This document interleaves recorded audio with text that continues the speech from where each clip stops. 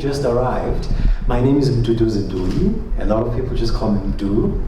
I'm the education officer here at the Holocaust Center. And it's a center as opposed to a museum. And we usually take time to explain the difference.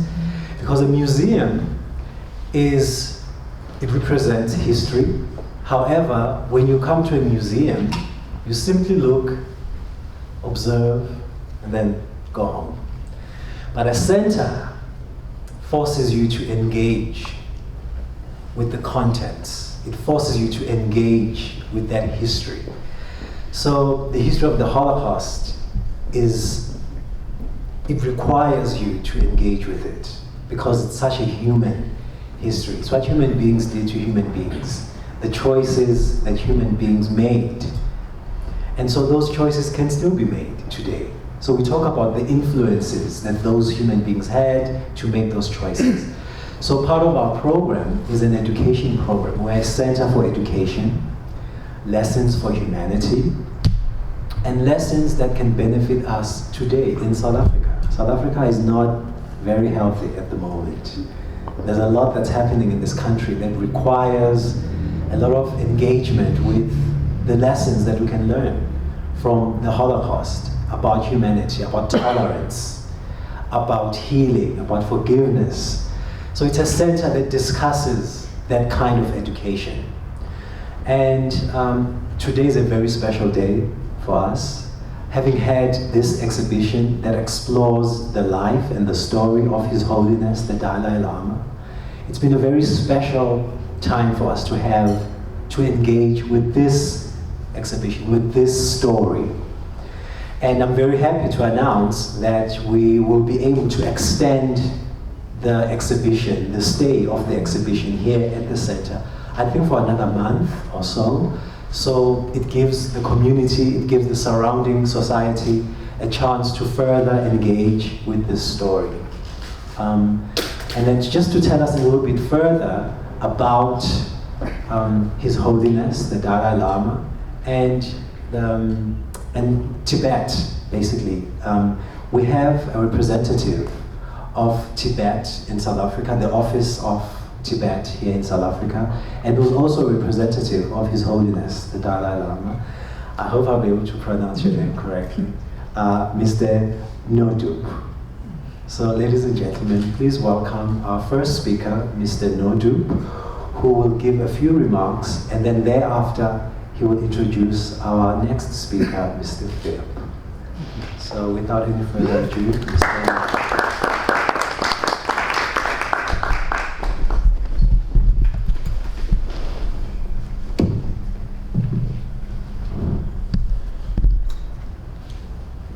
Good afternoon, and welcome all of you to this evening. Now it's supposed to be closing event, but I'm very glad to be told now that it's not a sort of midterm, rather we can say.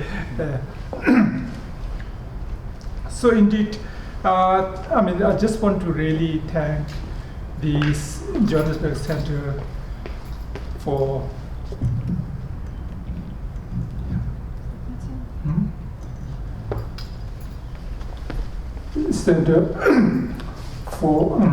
really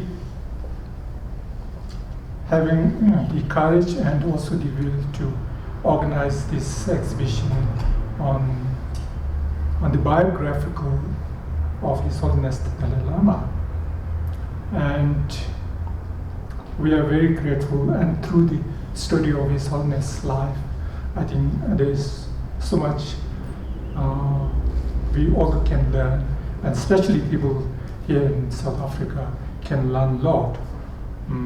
So this is very, I would like to really once again thank the Johannesburg Center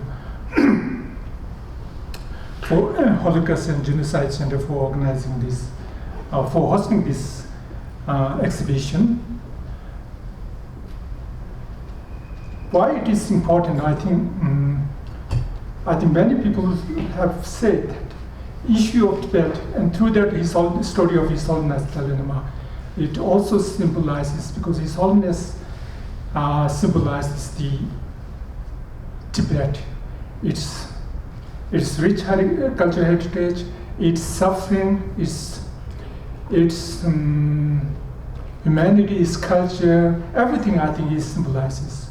So through this exhibition, I think we have an opportunity to learn something about the Tibet's story, Tibet's culture, Tibet history, and its present political situation. So we hope, I think, through this sort of a small exhibition, it has been able to educate to a certain extent the Tibet's present political, you can say, occupation and tragedy that is undergoing under the Chinese occupation. But beside that, I think Tibet's issue is a moral challenge, I think, for the humanity, I would say.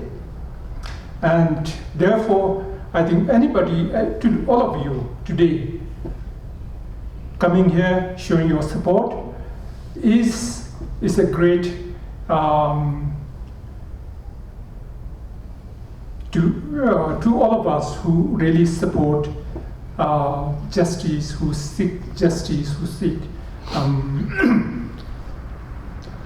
who believe in peace, compassion, and reconciliation. I think this is, I think, a lesson that we can learn. I think very well, I think the Martin Luther King has said that injustice anywhere it affects the justice everywhere. So today there is, I would say, what is happening in China, we are not totally against Chinese people. They are also suffering as the Tibetan, as the other minority people are suffering, lack of freedom to do whatever they say, they believe to, any freedom that we enjoy, really that is lacking in Tibet. And the rest of the China. So in that context, I think this exhibition is also very important in really educating the people in South Africa to the extent that there is reminding the people and keeping the issue of Tibet in the people's consciousness. That's very important. It must never be forgotten, and it must remain in this consciousness of people everywhere. And before I came here, I thought people in South Africa will very much understand the Tibet's tragedy, the suffering, because people have gone through the same, and your struggle is same as the struggle we are undergoing. So I think people do understand, seems to slowly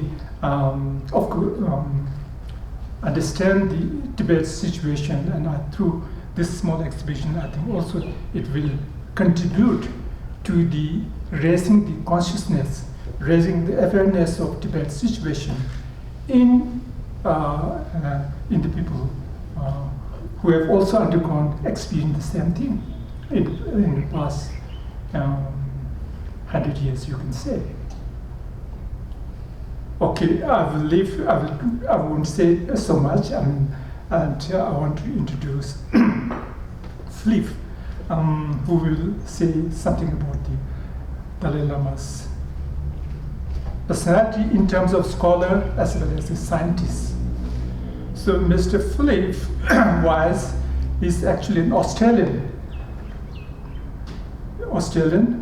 but in his young days, I think he has traveled all over the world, almost many years all over the world, in fact. And in '87, he settled down in South Africa.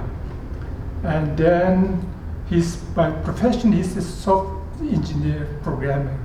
And now he runs a company which mostly do computing and software engineering, which solves the problem in the higher education in South Africa as well as in Australia. So I'm very glad to invite Mr. Fleet to say something about His Holiness Dalai Lama.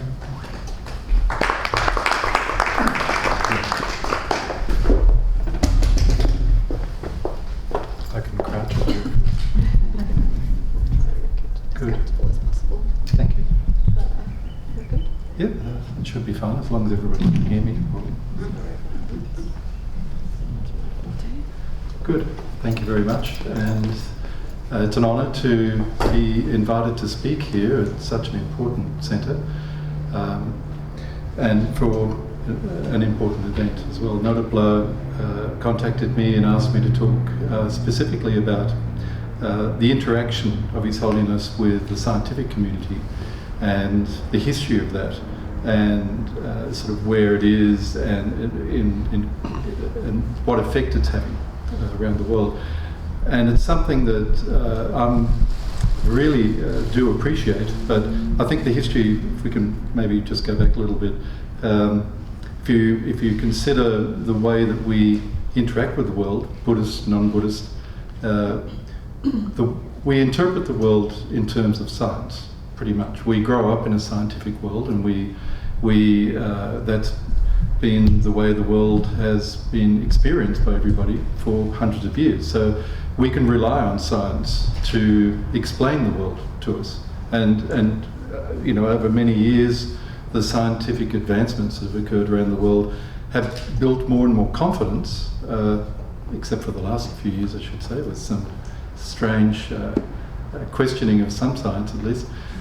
But it's built for reasons that we could find reliable. So the basis of those are things like the rigour of science that has made it something that we can trust, the ethics of scientists, and the impartiality, the ability for scientists to look at facts and to be able to change their positions based on the facts that are observed.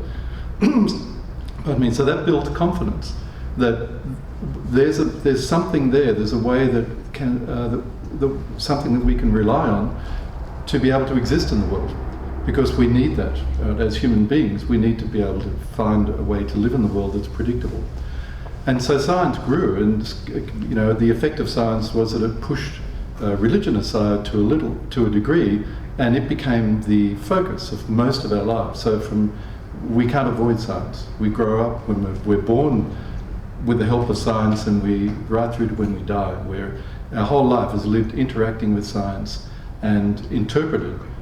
We experience the world through science. And at the same time, we experience the world as people, as beings, through our consciousness. So we experience that scientific world through the centre of our universe, which is each of us. So we're looking outwards into this world, and we're interpreting all of that scientific world that's determined out there through consciousness. So something that the scientific world hasn't addressed too much is what happens with our consciousness. Where is that soul, or where is the what is it that creates us as people and human beings that can interpret that scientific world? And so science hasn't worked a great deal on that, and I apologise to any psychologists that might be here, or psychiatrists, but there's a lot more work gone into explaining the physical world and the way things work, which has been enormous. But not as much work that's gone into inner science. And for that, there are the Eastern religions, a lot of religious systems have focused on that for a much greater period of time. And if you look specifically at Buddhism, there's 2,500 years of very rigorous study, starting from the Buddha in around 500-600 BC, right through the Indian tradition, the Nalanda University. And again, the hallmarks of this particular study have been focus on ethics, rigour, continual reassessment of beliefs, hopefully rejection of dogma. So that, again, the Buddhist viewpoints on consciousness have often been termed science of the mind. So now we reach a point where about 40 years ago, His Holiness, the Dalai Lama, decided that it was a good time for an interaction between science, secular science, and the aspects of Buddhism, which are essentially secular, and with a viewpoint to starting to exchange ideas. And I remember when about 40 years ago, the Mind Life Institute was started, and I thought, well, that's interesting, but what is it really going to do? This is nice to see physicists and Buddhist scholars talking to each other, but it didn't really gel with me. I couldn't really understand what benefit might come out of that. And now, 40 years later, we can see that benefit. We can see that the part of the dialogue that started there was a way of people who were coming from this mind science tradition, being able to exchange frankly and honestly their views on the world, on the way that the world has been explained according to those traditions, and then talk to scientists and start to compare at the level of subatomic physics, in terms of psychology and psychiatry, in terms of chemistry. And this dialogue went on for years and years. And now what we're seeing now is is what I didn't see 40 years ago, because I didn't really appreciate this, and I didn't appreciate the foresight of someone like His Holiness the Dalai Lama. And just to talk about that a little, I think from a Buddhist perspective, there is the concept of people who are through lifetimes of intense spiritual practice are able to be considered, they end up becoming what we call great beings, people who have greater capabilities than us and greater foresight. And I think if you look at the life of His Holiness, that's quite evident, the effect of somebody who is able to do things that are outside the abilities of most of the people we know. And there are very few people I've encountered that have accomplished what His Holiness has done. So one of the features of one of those great beings, according to the Buddhist tradition, there are two great features. The first one, the overriding one, is this intense compassion to be working continually for the benefit of others, regardless of whether they believe in you or not, regardless of whether they like you or not. In fact, the ones that don't like you are probably more important. And this is quite a revolutionary idea and difficult, very difficult thing to train in. And many religious traditions have promoted similar ideas. So that's one of the things that I think becomes the fuel, the energy that drives someone like His Holiness. And then the second thing is the ability to understand just what a person needs to be taught, just what they can understand what, for example, if I was going to be talking to him, he would be able to understand exactly what message I needed to be given, how that needed to be packaged. Because we're all only prepared to accept things according to the world that we exist in, our worldview. And that means that there are a lot of things that won't be acceptable to people who aren't Buddhist, because it's Buddhist, right? And the idea of this, the idea of engaging with science, I think, is to drop the isms. There really isn't any time for that. We need to be able to exchange the best of our traditions, and including the scientific tradition. And part of what His Holiness has done is look at the aspects of this wealth of research that's been done for a couple of thousand years, and the benefit that they believe thoroughly, and I believe as well, the benefit that can bring people, and turn that into something that can be provable scientifically. And that's happening with the promotion now of scientists measuring the physical and psychological effects on people who meditate. As a result, I think everybody here would be aware that over the last, say, five or 6 years, the growth of mind science, the acceptance of things like mindfulness, and the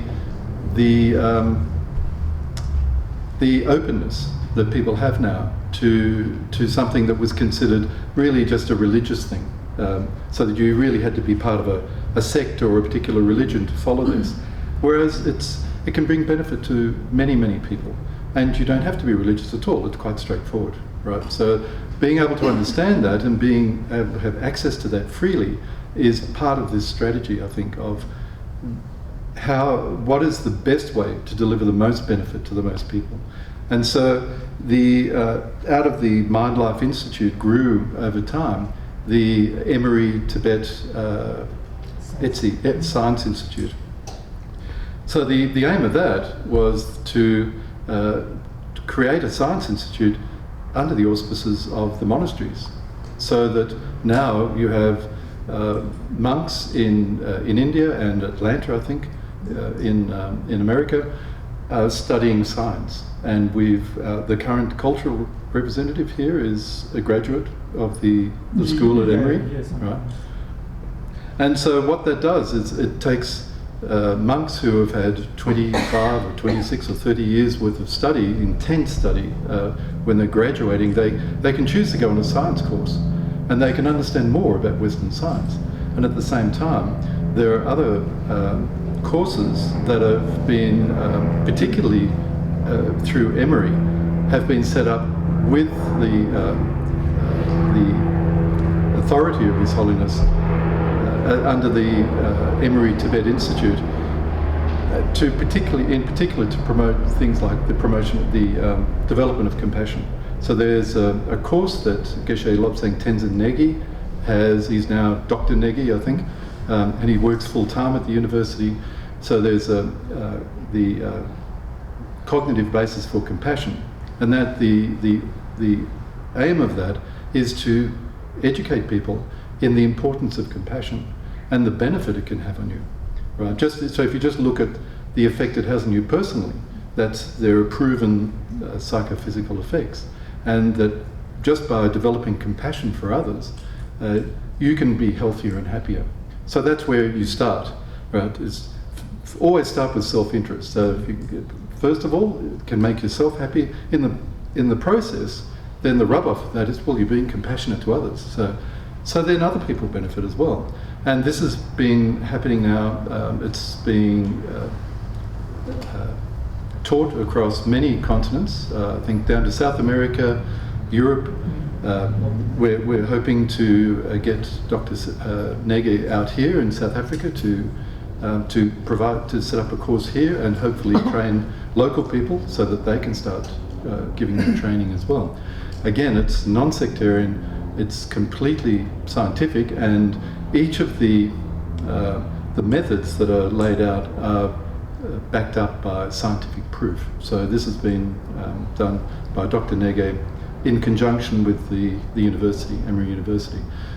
So the idea of that is being able to weld these two ideas together. We're, like as I said, we're a world we're people that depend on scientific proof.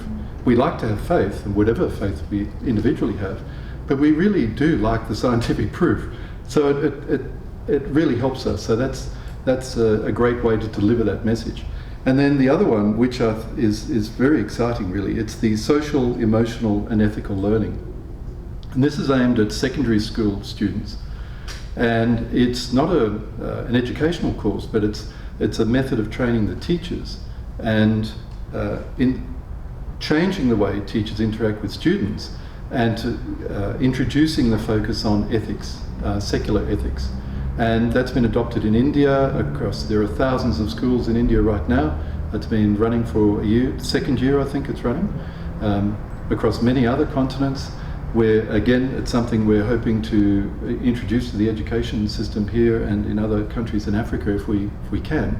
The idea of this as well is that it's secular, and you can the focus is on how to instruct children to become more ethical and more moral as they're growing up.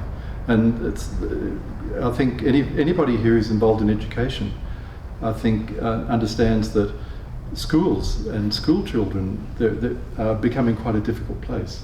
And the outcomes that people expect from school are becoming more and more difficult to attain.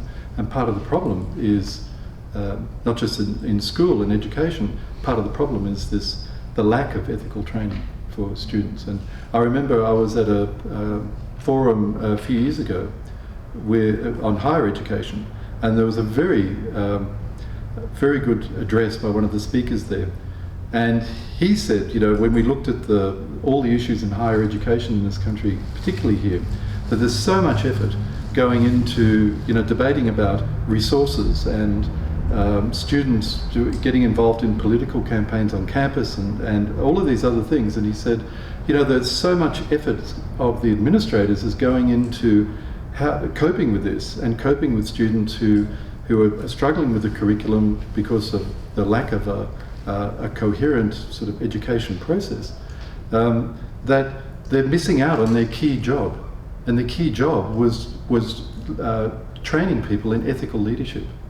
He summed everything up. He said higher education it's not so much about whether you come out an engineer or a computer scientist. You can learn all of that any time in your life, but you need ethical leadership. And as we look around in the world today, I think it's sorely lacking, unfortunately. We can count on one hand the number of leaders you could honestly sit down, you know, comfortably call ethical. And we all know, I think, that the world needs that. And if we want to avoid the mistakes of the past, we want to have genuine freedom for people, then ethical leadership is the only way we'll get that. So we can't, it's hard to change what we have right now, but I think it's very important to change what will happen in the future. And to me, that's something that I see is incredibly exciting about this, that some of these seeds that are planted in thousands of school children that will grow. And probably won't live to see it, but there will be generations in the future that can see it. And that's where I come back to somebody with the foresight of His Holiness the Dalai Lama, who's quite happy to see beyond his lifetime, and has that scope, that vision, to understand what he needed to start 40 years ago, how he started it, and then who to get involved, how to guide that, and then how to plant those seeds so that there will be the fruit. Everybody will benefit from the fruit of those particular practices, those particular endeavours. And I think that's all I have to say. So thank you very much. Thank you. Thank you, Mr. Philip, and thank you, Mr. Nordub. As you were speaking, there's a quote, before I introduce the next speaker, there's a quote that I was thinking about.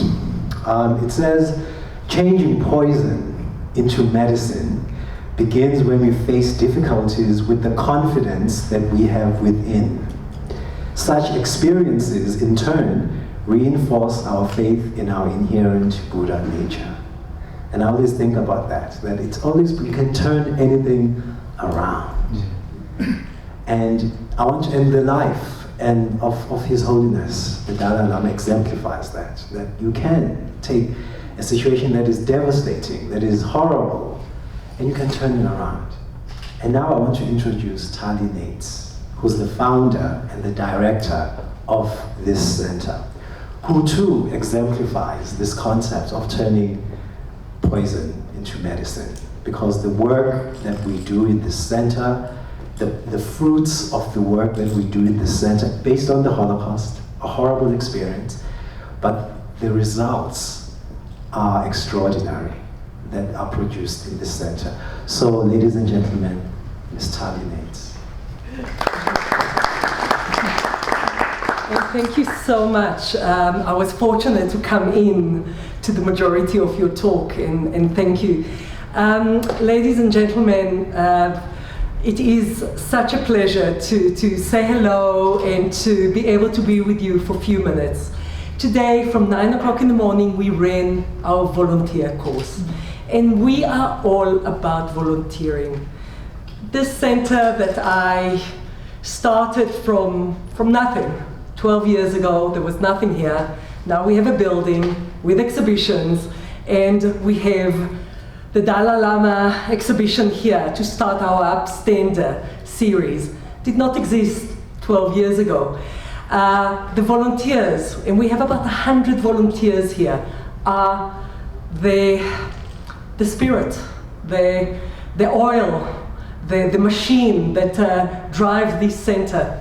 Last year we had 20,000 visitors, of them many young people, thirsty to know, thirsty to learn. And I really want to thank Philip Wise and the Office of Tibet, because you brought through your talk so much of what we try to do here. We are all about teaching compassion. We are all through teaching about mass killings and torture and how men and women are in their ugliest to other men and women also rise up to be the most ethical, the most moral through their choices to save, to help, to give a piece of bread, to save a child's life. This is what we do. We do teach about moral and ethical choices that the Dalai Lama inspire us to critical think about, reflect about our life, and then hopefully bring that into our life. And through education, to ethical leadership, actually, we try to do just that. Allow me just to tell you about one of those projects that I think you'll find really interesting. But 3 years ago, we felt that ethical leadership is key. It's actually key in our young people. And together with Aegis Trust in Rwanda, we started a program called the Change Makers Program. That is a leadership program from 15 to 25, through looking at difficult past, looking at ourselves, our choices, where to aspire to, planting the seeds. We develop, we hope, leaders. The pilot was in South Africa and Rwanda. After evaluation and successful evaluation, we're now in 12 African countries. In this year alone, we're going to be again in the Gambia and do work there. Last year, we are in Cote d'Ivoire, we are in Mauritius, we're in Kenya, we're in Senegal, in Nigeria, and so on and so forth, Mozambique, and so on and so forth. The idea is to take those ideas and translate them to what is needed on the ground. And I just wanted to share that with you when I offer my vote of thanks to the Office of Tibet that you came about 6 months ago or so with this idea of working together. And for us, it made sense. For us, it felt right. And here is the exhibition that will travel in South Africa. And I thank you for making it happen and for partnering with us to bring this important story to our consciousness. Thank you, Philip, for sharing some of the ideas and inspiring us. And thank you all for coming on a Sunday afternoon. Please look at the exhibition. It's still going to be here for a little while longer. Also look at other exhibitions around, the permanent exhibition downstairs. And I hope that you will become friends of the center and join us for many of our events that look at those issues, those ethical, moral questions that we have to think about, sadly, without a magic wand that does, and we're all fantastic. It is work, and that work is happening here all the time. Thank you very, very much.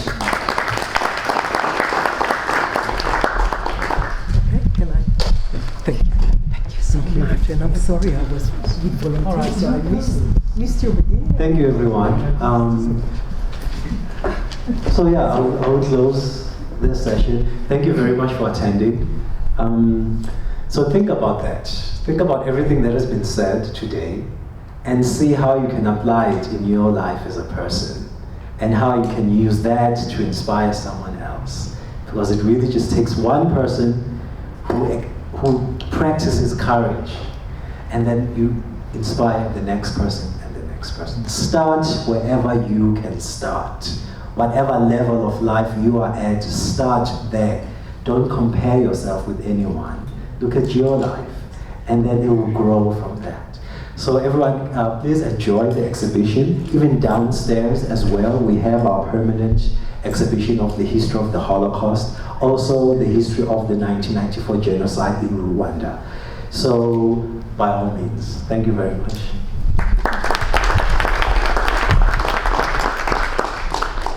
Thank you very much. Thank you. You're well. Guy is very happy.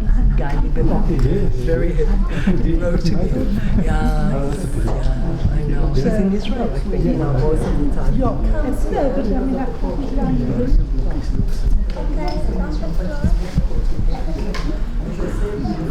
Just sort of connected because people see the perception, and they do the education, and you do it. You know, I think the root of these arguments is history, really, but the core of all of these is about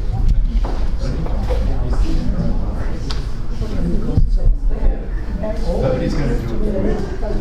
We all have to change. We need the education to change it. We don't know. And that's the work you're doing. Yeah,